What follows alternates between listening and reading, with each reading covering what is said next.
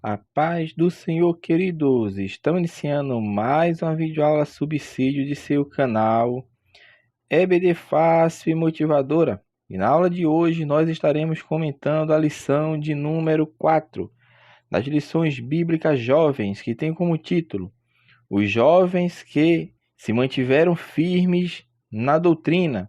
Nós estamos dando prosseguimento aos nossos estudos bíblicos deste trimestre, o qual estamos comentando o tema o fundamento dos apóstolos e dos profetas. E na lição de hoje, lição de número 4, estaremos comentando a lição que tem como tema os jovens que se mantiveram firmes na doutrina.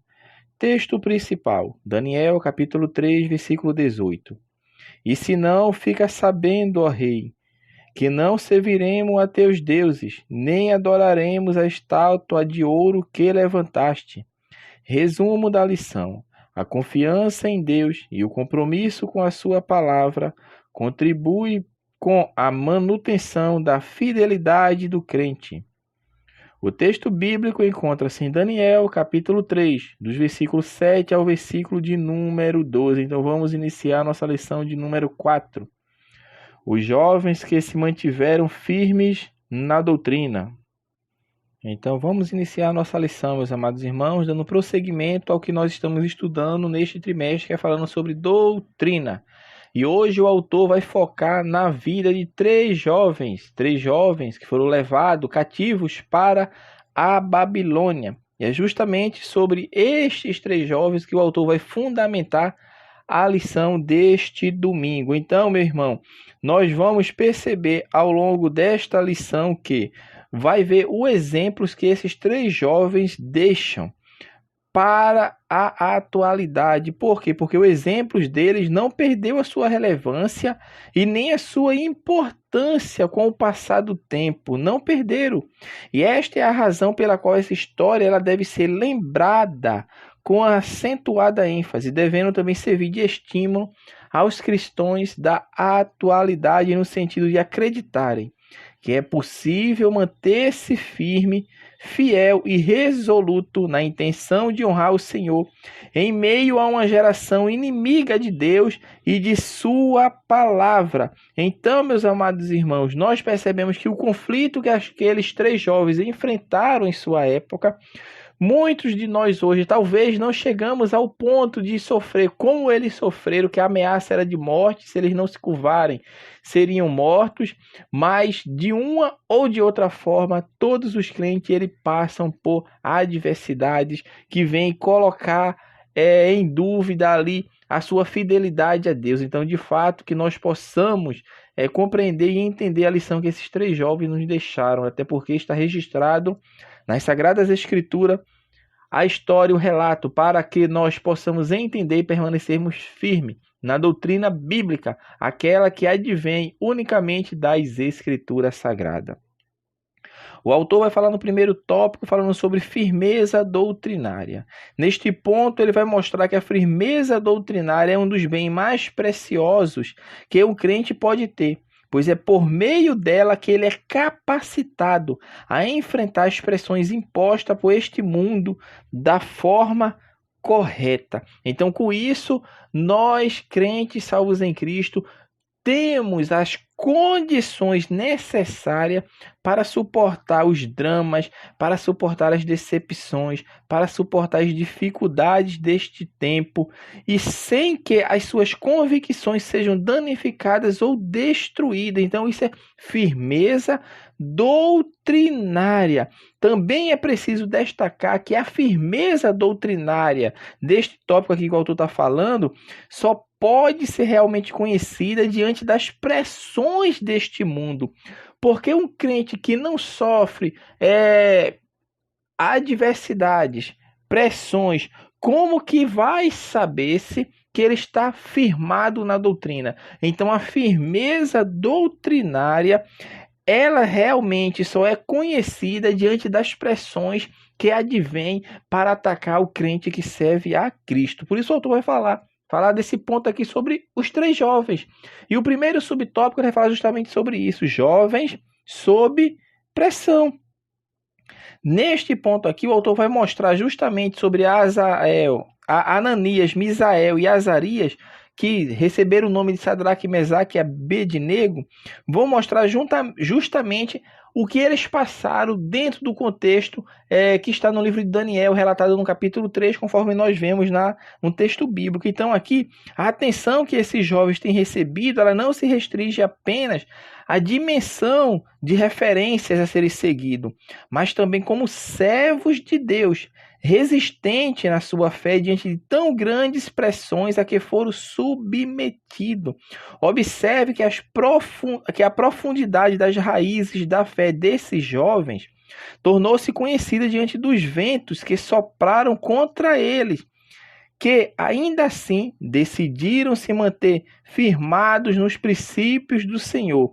Embora haja uma tendência em atribuir apenas a Daniel a decisão de não se contaminar com as iguarias da Babilônia, os seus companheiros também estiveram juntos neste mesmo propósito, que é o que é narrado no livro de Daniel, capítulo 1. Por quê? Porque quando vai estudar que Daniel não se contaminou com os manjares do rei, ali está falando de Daniel, mas também os três estavam inseridos nesse contexto, ou seja, naquele momento também eles perseveraram e manteram-se firmes na doutrina a qual aprenderam certamente com os seus pais e nas sinagogas. No templo em Jerusalém, que ainda não foi destruído, não fora destruído no caso, que foi destruído na última leva do cativeiro babilônico, ou não fez parte da última leva, mas da primeira leva, onde vieram ali os familiares reais, famílias, pessoas que tinham nome, pessoas de alto escalão.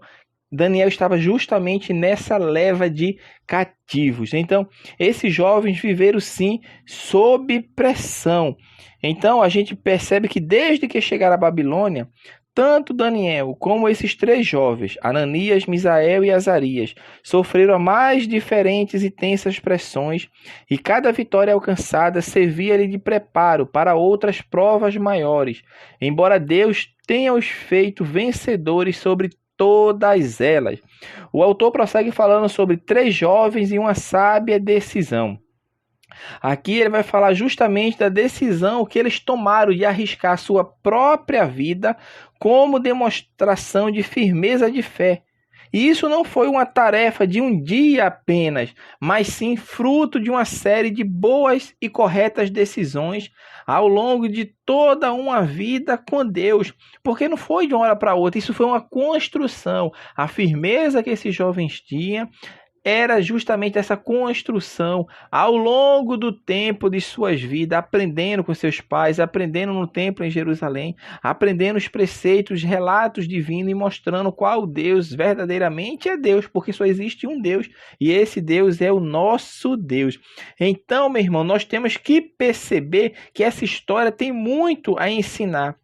Acentua a importância de não se desvincular das origens de uma família que se pauta nos princípios da palavra de Deus, pois isso contribuirá diretamente com boas e corretas decisões, inclusive em situações simples. Nós aqui estamos falando de uma situação bem extrema, mas em situações simples as pessoas que têm firmeza doutrinária vai se manter firme naquilo que aprenderam e naquilo que abraçaram, que é as Escrituras Sagradas e seus ensinamentos. Então, meu irmão, para que isso ocorra naturalmente em situações mais complexas, já que a decisão tomada por esses jovens, que colocou em risco a manutenção das suas vidas, foi fruto da firmeza doutrinária que tinham, principalmente na adoração somente a Deus, ao Senhor. O autor encerra o primeiro tópico falando sobre firmeza doutrinária recompensada. O apóstolo Paulo ele escreve as seguintes palavras quando ele está escrevendo aos crentes em Roma. Fala isso em Romanos capítulo 8, versículo 17. E se nós somos filhos, somos logo herdeiros também, herdeiros de Deus e co-herdeiros de Cristo. Se é certo que com ele padecemos, para que também com ele sejamos glorificados. Na caminhada cristã, meu irmão, muitas vezes são marcadas por grandes e inúmeros desafios, mas também ela é pautada na esperança da recompensa, não apenas nessa vida, mas também na vida vindoura. E a recompensa que eles receberam, os 3 jovens, que os crentes também recebem da parte de Deus, são as seguintes: desfrutamos da presença do próprio Deus, desde o momento em que estamos na adversidade, porque Deus está sempre conosco, assim aconteceu com os 3 jovens. Eles desfrutaram da presença de Deus na fornalha de fogo ardente. Os jovens puderam presenciar a confissão do rei sobre a grandeza de Deus. Acontece também na nossa vida, quando nos mantemos fiel a Cristo, Deus se manifesta na nossa vida e as pessoas que estão ao nosso redor veem. Os jovens viram o rei determinar que todos os moradores da Babilônia reverenciassem o Deus de Sadraque, de Mesaque e de Abednego, e por fim receberam do rei toda sorte de prosperidade e destaque especial. Então a firmeza doutrinária, meu irmão, desses jovens refletiu na fidelidade demonstrada diante da possibilidade deles perderem as suas próprias vidas, levando o povo da Babilônia a voltar os olhos para o Senhor, porque aconteceu algo extraordinário, um milagre para que a glória de Deus fosse manifestada em toda a Babilônia, e Deus faz as coisas acontecer justamente quando estavam todos reunidos. Todos os que estavam sob o jugo da Babilônia foram convidados para se ajoelharem àquela estátua de ouro que o rei Nabucodonosor tinha levantado. Ele chamou todos estavam ali, todos os maiorais, governadores, prefeitos, toda a população do Império Babilônico estava justamente naquela localidade. E foi justamente ali que Deus manifestou a glória dele, e todos reconheceram que em Israel existe um Deus, e é o Deus verdadeiro que livra o seu servo das adversidades de acordo com a sua vontade. O autor prossegue falando no segundo tópico, falando sobre confrontando a falsa doutrina. Observe que no primeiro ponto o autor focou bastante na história dos 3 jovens. Aqui neste ponto ele vai tomar como exemplo essa história desses companheiros do profeta Daniel, e vai trazer uma reflexão para fazermos uma análise sobre a realidade da falsa doutrina, tanto da falsa doutrina quanto dos males dessa falsa doutrina, e da necessidade que se impõe à igreja contemporânea para que a combata pelo poder da genuína palavra. Por isso ele vai começar falando sobre a falsa doutrina. Neste ponto aqui, o autor vai justamente definir o que é falsa doutrina. E ele define da seguinte maneira: é geralmente caracterizada, em primeiro lugar, na busca por contrariar os ensinamentos bíblicos, opondo-se a eles, baseando-se sempre em meias-verdades ou ainda em mentiras completas. Em segundo lugar, a falsa doutrina ela é conhecida pela sua ação em negar os fundamentos da fé cristã. Então, tendo como base, meu irmão, esse ponto aqui vai falar justamente sobre a falsa doutrina. Tudo isso aqui que está aparecendo é para podermos identificar. E ele vai mostrar justamente esses 2 pontos aqui da falsa doutrina, que ela busca o quê? Contrariar a verdadeira doutrina. E com isso ela se opõe, baseando em quê? Em verdades, muitas vezes em meias verdades. Muitas vezes com mentiras completas. E em segundo lugar, ela é conhecida pela sua ação de negar os fundamentos da fé cristã. Porque quando nega-se o fundamento da fé cristã, nós se identificamos já como uma falsa doutrina, um falso ensino. Então, as pessoas que disseminam, meu irmão, a falsa doutrina são pessoas astutas, que no contexto em que Paulo escreveu aos irmãos na cidade de Corinto, buscavam os próprios interesses. Real sentido da palavra astúcia, que Paulo fala em 2 Coríntios capítulo 4, versículo 2. E não há uma alternativa, pois à medida que isso ocorre, eles são conduzidos em direção aos tropeços do povo de Deus. Então nós temos que ter ciência de que existe uma falsa doutrina, que é ensinada por pessoas muitas vezes descompromissadas, pessoas que têm verdadeiramente astúcia, como Paulo fala aos Coríntios. Então nós temos que estar ligados para saber identificar. E o autor vai prosseguir falando, ele fala sobre o que é falsa doutrina e vai mostrar agora os males que essas falsas doutrinas ocasionam, porque nós devemos reconhecer a realidade e a danosa presença da falsa doutrina. E isso independe do tempo, porque em todos os tempos, desde que a igreja, surgem os falsos doutores, falsos mestres, justamente ensinando as falsas doutrina. Então, faz-se necessário identificar também os danos, porque eu não tenho que identificar apenas a falsa doutrina, mas os danos que ela causa e que ela poderá causar tanto à igreja no coletivo, como também ao crente individualmente, porque nós devemos entender que a falsa doutrina, ela tem o objetivo de alcançar, sim, um crente individualmente, mas ela também alcança a coletividade. Então, nós temos que ter muito cuidado com isso. Então, o autor justamente faz essa indagação, mostrando que, afinal de contas, o que faz a falsa doutrina ser tão danosa, tão danosa à Igreja de Cristo? O que faz? Aí o autor vai prosseguindo e vai destrinchando justamente isso. O que é de danoso essa falsa doutrina faz com a igreja?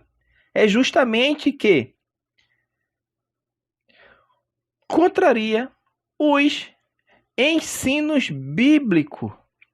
Ela contraria tudo aquilo que está nas Sagradas Escrituras, com meias verdades e muitas vezes com mentiras totalmente. Então nós temos que ter ciência disto. E Paulo faz um alerta aos crentes em Gálatas, no capítulo 1, versículo 8 a 11, e ele não flerta com essas falsas doutrinas. E ele chama essas falsas doutrinas de maldita, anátema. Ou seja, Paulo não tinha meias palavras para identificar, para taxar, vamos falar assim, o falso ensino, a falsa doutrina. Quando ensinava um outro evangelho, ele próprio dizia que seja maldito.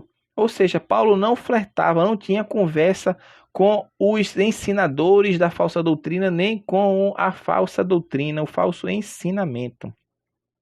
Então, meu irmão, nós temos que ter cuidado que tanto aqueles que promovem como os que aceitam uma determinada doutrina falsa, eles incorrem, em certa medida, no gravíssimo pecado de pensar que Deus falhou com o que deixou na sua palavra, ao ponto de ter de sofrer alterações. E muitas vezes, isso inconscientemente, as pessoas estão pecando, estão errando. Ou seja, porque o falso ensino faz com justamente isso, é o pecado de pensar que Deus falhou com o que deixou na sua palavra, ao ponto de ter que sofrer alterações. Que quando se altera a palavra de Deus é porque eu estou querendo ensinar alguma coisa que não está na palavra de Deus. E quando se faz isso, está incorrendo justamente nesse pecado.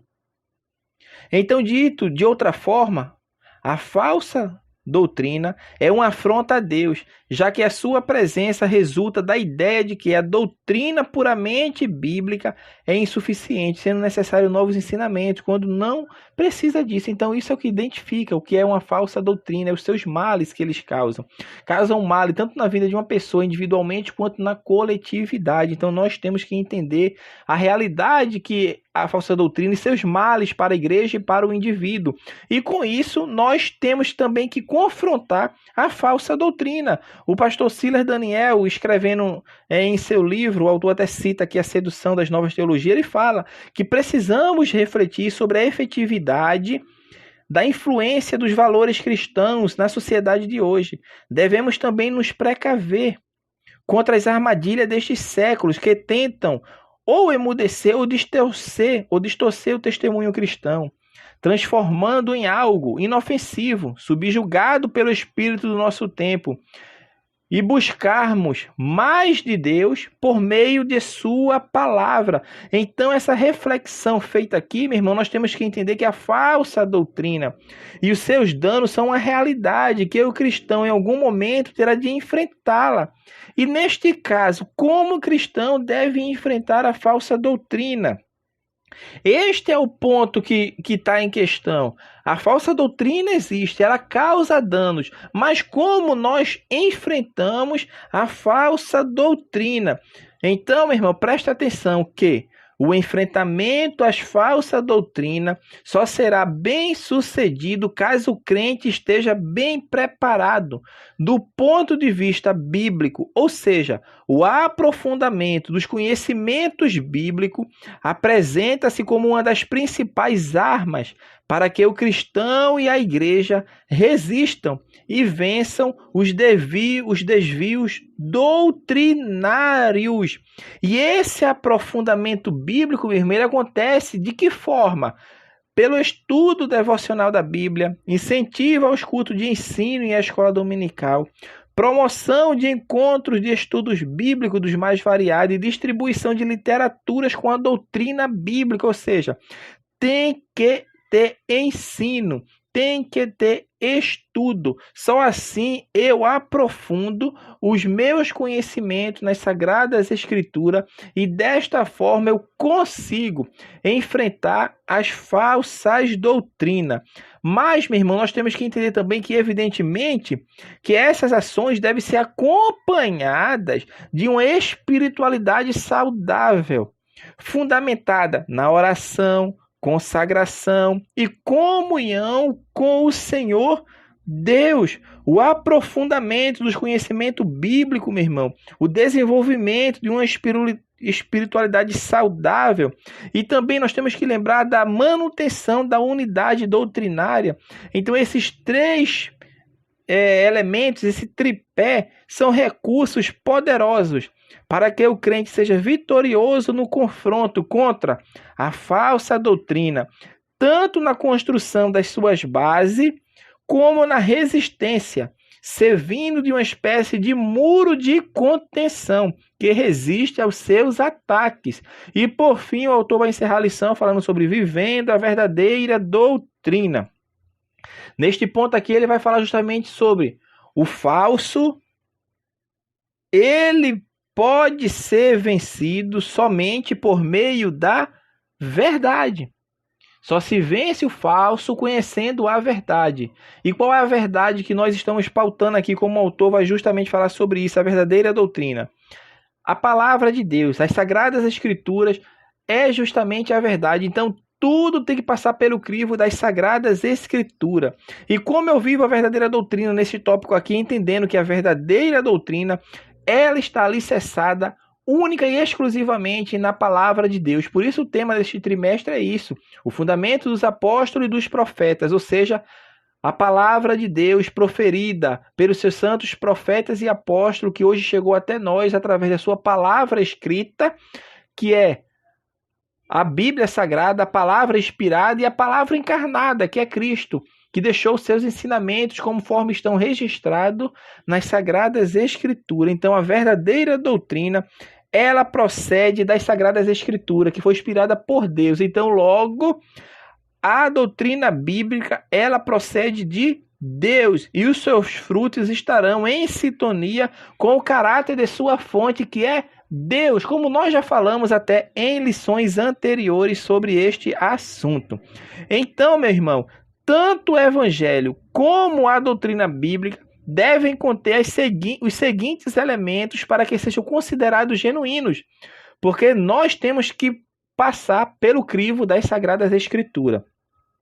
Então, para que o Evangelho de Cristo, como a doutrina bíblica que é ensinada nos Evangelhos e nas Sagradas Escrituras, sejam considerados genuínos, ele primeiro tem que ter a exaltação do único Deus, o Criador justo, ou seja, a adoração ao único Deus, mostrar que só existe um Deus, é o Deus Todo-Poderoso verdadeiro. Segundo, a triste realidade do estado de pecado da humanidade e a sua necessidade de um Salvador. Tem que estar fundamentada nisso, para ser considerado genuíno. Mostrar a realidade do pecado da humanidade e a necessidade que o homem, a humanidade, tem de um Salvador, do Salvador, vamos falar assim, que é Jesus. Terceiro, a gloriosa mensagem da redenção em Cristo. Observe que mostrar a realidade do pecado. Com isso, o pecador vai reconhecer que ele tem necessidade, que ele precisa de um Salvador. E é justamente onde vai entrar a mensagem de redenção de Cristo, que é o terceiro. E por quarto, a consumação de todas as coisas, para mostrar que um dia tudo vai se findar. Tudo vai se findar. Então a identidade, meu irmão, da verdadeira doutrina consiste no fato de que ela procede de Deus e o seu principal e maior objetivo é glorificar o Senhor, salvar o perdido e edificar a igreja. O autor também vai falar sobre os benefícios da verdadeira doutrina. Aqui eu vou usar as palavras de Lawrence Richards, que escreve assim. Ele está fazendo um comentário de 1 Timóteo, capítulo 1, versículo 5. O ensino cristão não é somente proveitoso e útil, mas também promove a saúde espiritual da igreja.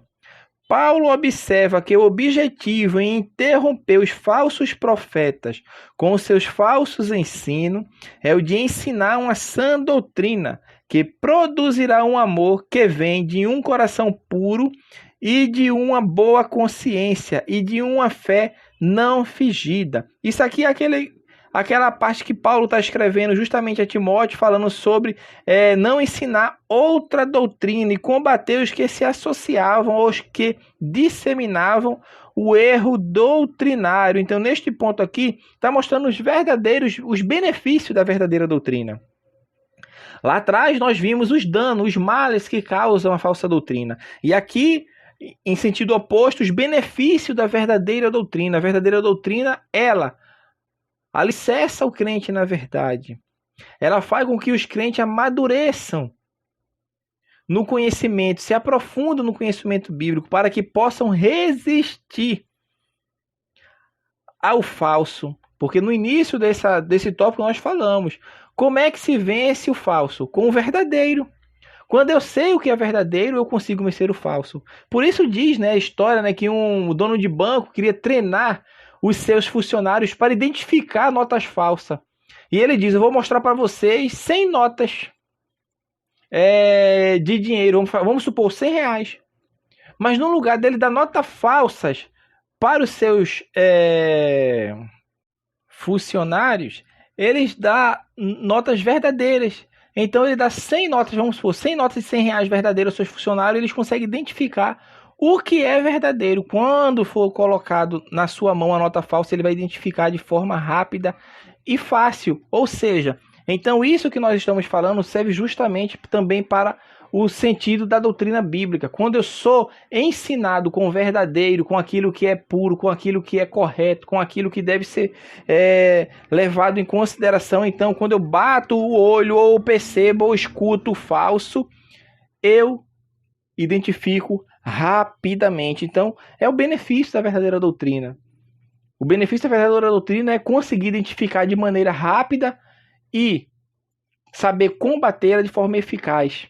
Então, é sabendo o que é a verdadeira. Então, assim, eu consigo tirar benefício disso. E o crente tem que ter doutrina bíblica, firmeza doutrinária, para permanecer firme na presença de Deus. O autor encerra a lição falando justamente sobre vivendo a verdadeira doutrina. Para viver a verdadeira doutrina, eu tenho que ter, justamente nesse ponto aqui, o autor vai falar sobre viver de forma condizente com o que está preconizado na palavra de Deus. E como é que se faz isso? É justamente sabendo a verdadeira doutrina. Quando o crente sabe a verdadeira doutrina, ele vive a verdadeira doutrina. E o que é viver a verdadeira doutrina? É fazer o que os 3 jovens fizeram, como a gente pegou esses 3 jovens como exemplo. Vai vir a adversidade, vai vir a provação, vai vir os obstáculos, e ele vai se manter firme. Ou seja, é vivendo a verdadeira doutrina. Quando o crente vive a verdadeira doutrina, ele não se embaraça com coisas desta vida. Quando o crente vive a verdadeira doutrina, ele não se embaraça, meu irmão, com as coisas desta vida. Então, o que é viver a verdadeira doutrina é permanecer firme e fiel a Cristo e com os ensinamentos que estão preconizados na palavra de Deus. E com isso, meus amados irmãos, nós estamos encerrando a nossa lição bíblica deste domingo e tratamos da lição de número 4, que tem como título Os Jovens que se mantiveram firmes na doutrina.